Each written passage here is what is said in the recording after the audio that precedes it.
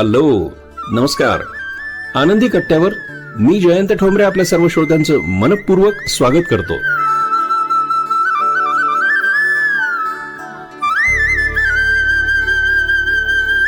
श्रोतो नमस्कार.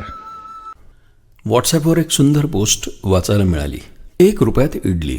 मला ती गोष्ट आवडली. आज खास तुमच्यासाठी. पहाटेचे 3 वाजले होते. Chennai central railway station. प्लॅटफॉर्मवर सगळीकडे लोक झोपलेले. मध्ये एक वृद्ध माणूस बसला होता. वय साधारणतः 78 वर्ष. पांढरं धोतर आणि शर्ट. हातात बांबूची टोपली. टोपलीमध्ये गरमागरम इडली भरलेल्या. हे इडली, गरम इडली, 1 रुपया, फक्त 1 रुपया. कोणीच घेत नव्हतं. हा आत्ताचा काळ. 1 रुपयात चॉकलेटही मिळत नाही आणि इडली. लोक त्याला वेडा समजून हसत होते. माझं नाव अरविंद. मी एका मोठ्या IT कंपनीमध्ये काम करतो. रात्रीची शिफ्ट संपवून घरी जात होतो.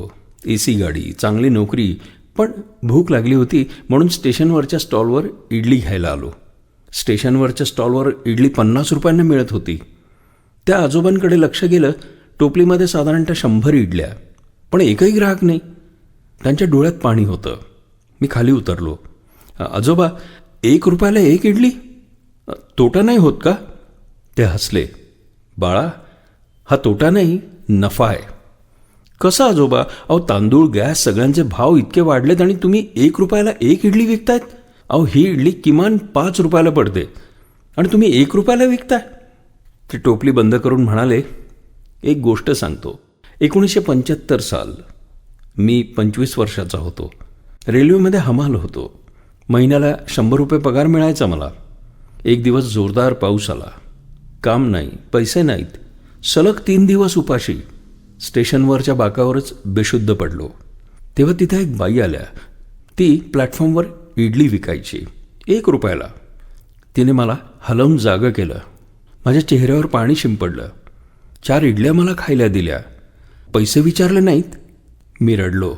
म्हणालो, माझ्याकडे पैसे नाहीत. ती म्हणाली, बाळा, मी एकदा अशीच उपाशी होती. कुणीतरी मला खायला दिलं म्हणून मी हे व्रत घेतलं. मरेपर्यंत 1 रुपयाला इडली विकणार, जेणेकरून भुकेल्याला अन्न मिळेल. तूही मोठा झालास की एखाद्या भुकेल्याला खाऊ घाल. आजोबांनी डोळे पुसले. 1995 ती बाई वारली. शेवटच्या क्षणी तिनं माझा हात हातात घेऊन विचारलं, वचन पाळशील ना? मी हो म्हटलं. त्यानंतर मी रेल्वेचं कॉन्ट्रॅक्ट घेतलं. चांगले पैसे कमावले. 3 घरं, 2 मुलं, दोघंही US मध्ये आहेत. पण 1995 पासून आजपर्यंत दररोज पहाटे 3 वाजता 100 इडल्या 1 रुपयाला याच स्टेशनवर. 30 वर्षांपासून. माझ्या अंगावर काटा आला. आजोबा, रोज 400 रुपयाचा तोटा म्हणजे महिन्याला 12,000, वर्षाला 1.5 लाख आणि 30 वर्षामध्ये 45 लाख. ते शांतपणे म्हणाले, पैशानं पाहिलं तर तोटा आहे, पण मनाने पाहिलं तर नफा आहे. 30 वर्षात मी किती लोकांना खाऊ घातलं असेल? 10 लाख इडल्या, 10 लाख पोटं, 10 लाख आशीर्वाद. त्यांची किंमत किती कोटी? इतक्यात एक 12 वर्षाचा मुलगा धावत आला. फाटका शर्ट. आजोबा, इडली.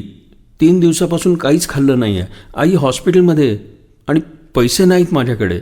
आजोबांनी 4 इडल्या त्याच्या पानात ठेवल्या. चटणी घातली. हळूहळू खा बाळा. तो मुलगा खात होता आणि रडत होता. उद्या पैसे देतो.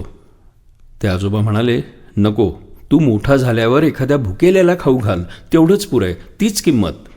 तो मुलगा त्यांच्या पाया पडला. वचन देतो आजोबा, मी ही 1 रुपयाला इडली विकेन. तो मुलगा तिथून निघून गेला. मी 1,000 रुपये काढले आणि आजोबांना म्हटलं, आजोबा, कृपया सगळ्या इडल्या मी घेतो. ते हसले. या एका माणसासाठी नाहीत, भुकेल्यांसाठी आहे. तुला भूक लागली असेल तर 1 इडली घे आणि 1 रुपया ठेव, तो पुरे. मी 1 रुपया ठेवला आणि 1 इडली विकत घेतली. आयुष्यात खाल्लेली सर्वात चविष्ट इडली होती. डोळ्यात पाणी आलं.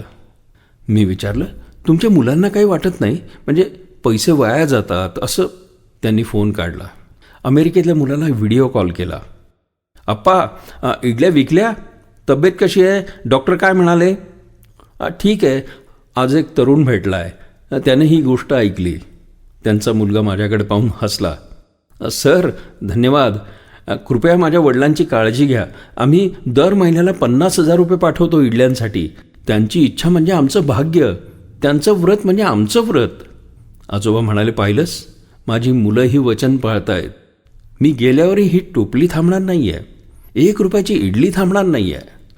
आज 2026 आहे. ते आजोबा हयात नाही, गेल्या वर्षीच त्यांचं निधन झालं. जाण्यापूर्वी त्यांनी माझा हात हातात घेऊन सांगितलं, बाळा, टोपली सांभाळ, वचन पाळ. आता दररोज पहाटे 3 वाजता त्याच बाकावर चेन्नई सेंट्रल रेल्वे स्टेशनवर मी टोपलीभर इडल्या घेऊन बसतो. 1 रुपयात इडली. मी नोकरी सोडली नाही, पण रोज 2 तास इडल्यांसाठी देतो. माझ्या कंपनीत 200 कर्मचारी आहेत. प्रत्येकजण महिन्याला 100 रुपये देतो. 1 रुपी इडली ट्रस्टसाठी. तो 12 वर्षाचा मुलगा गणेश आता 12वीत शिकतोय. संध्याकाळी येतो मला मदत करायला. तो म्हणतो, अण्णा, मी वचन घेतलंय, मोठा झाल्यानंतर मी हेच करणार. यानंतर पुढचा कार्यक्रम ऐकायला विसरू नका, आनंदी कट्टा, रेडिओ जयंतवरून. तोपर्यंत मात्र आनंदी रहा.